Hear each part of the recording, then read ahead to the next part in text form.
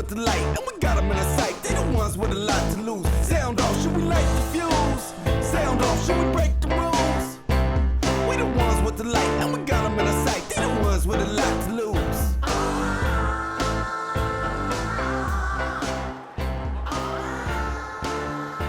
Personally, I don't really like being the center of attention. You know, but you gotta do what you gotta do. Yeah,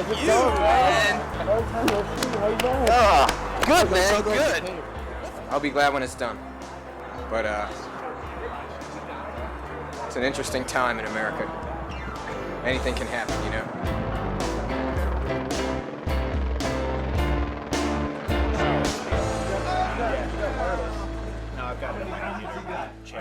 Would it be weird for me to have a laptop? Tell me you're happy. Tell me.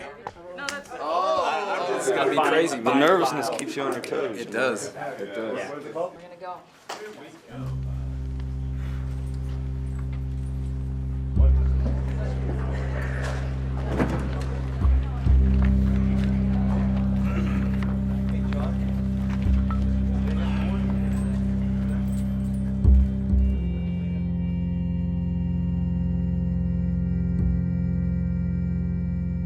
Hey y'all, my name is Clifton Hicks. Before I begin, I just have a brief statement I'd like to say. For the infantrymen, scouts, and tankers of C Troop, 1st Squadron, 1st United States Cavalry Regiment, there are a few words which can express my admiration. I can merely say that I love them with all of my heart. These were men who risked everything for a cause which they believed was just and true, and for that they are beyond judgment. And I am no judge, and I have not come here to pass judgment either on my fellow soldiers or the officers who once commanded us in war. I'm simply here today to pass judgment on war itself. Go, go, go, go! Go, go! Push, push, push! Go.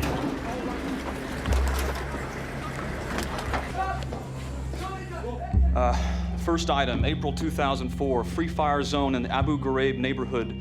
During Operation Blackjack, my troop was specifically instructed by our troop commander, a captain, that a particular sector we were moving to recon enforce was now considered a free fire zone. I specifically recall him telling us that there were, quote, no friendlies in the area. And then he specifically said, quote, game on, all weapons free. My unit embraced the weapons-free order by firing indiscriminately into occupied civilian vehicles and at civilians themselves. The streets were littered with numerous human and animal corpses, not just men, but all manner of humanity. And this is what happens when a conventional force, such as the U.S. military, attacks a heavily populated urban area. They put us in a situation, you know, we're not bad people. You know, we were there because we thought it was the right thing to do. We were there because we thought we were going to make things better. We were there because we thought these people wanted us to be there. And then you show up and you realize that there's a whole bunch of people there that want to kill you. And guess what? They look just like the folks who don't want to kill you. So are you going to sort them out and figure it out? The only way to ensure your survival is to make sure that you put them in the dirt before they put you in the dirt, to put it bluntly. And I'm sorry to say that.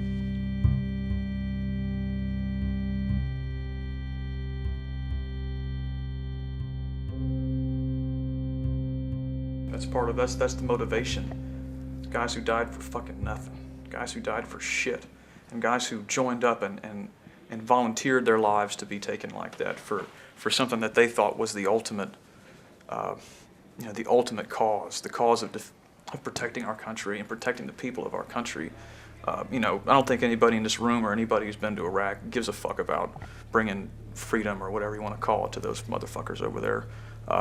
And that's another thing I struggle with is that, I feel really bad about my buddies who got killed, but there's nothing in this world so far that has made me give a fuck about all the people that we killed over there, because I just can't afford to. I can't, I think I was even telling Frank that, I was telling somebody else that it just doesn't pay to give a shit. You gotta be a callous fucker over there to live, and you gotta be a callous fucker back here to live with what you lived through. What I try to do with my talks and with my work is I try to bring the reality home here, because I think that's the only way this war is ever going to end. Until people know the suffering that people are going through over there, they're not going to ever care. Back here, it's about a lot of abstract ideology. It's about freedom and democracy and all this other shit. It's not about any of those things. When you look at the reality, these people are suffering, and it's because of us. There were no terrorists there before we got there. There were no insurgents before we got there. People lived in relative peace and harmony, and we've completely obliterated that.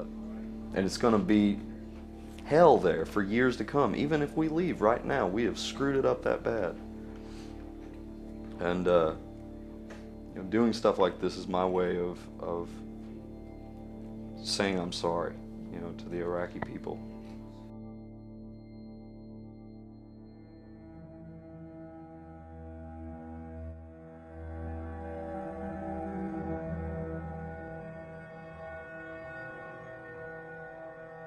My name is Jason Hurd. I recently completed 10 years of honorable service to my country in both the U.S. Army and the Tennessee National Guard. One day we were on another dismounted patrol through the Kendi Street area. As is policy, we are to keep all cars and individuals away from our formation. And so a car was approaching us from the front. So I began doing my levels of aggression. I held up my hand, trying to get the car to stop. The car sped up.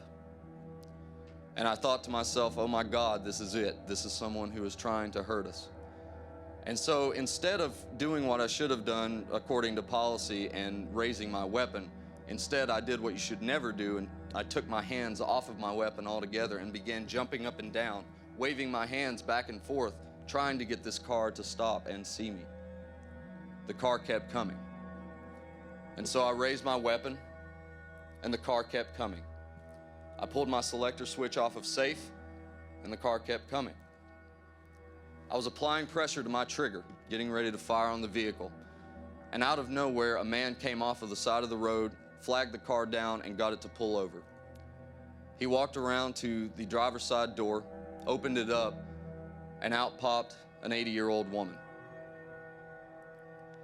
Come to find out, this woman was a highly respected figure in the community, and I don't have a clue what would have happened had I opened fire on this woman. I would imagine a riot. If a foreign occupying force came here to the United States, and regardless of what they told us, whether they told us they were here to free us, to liberate us, and to give us democracy, do you not think that every person that owns a shotgun would not come out of the hills and fight for their right to self-determination?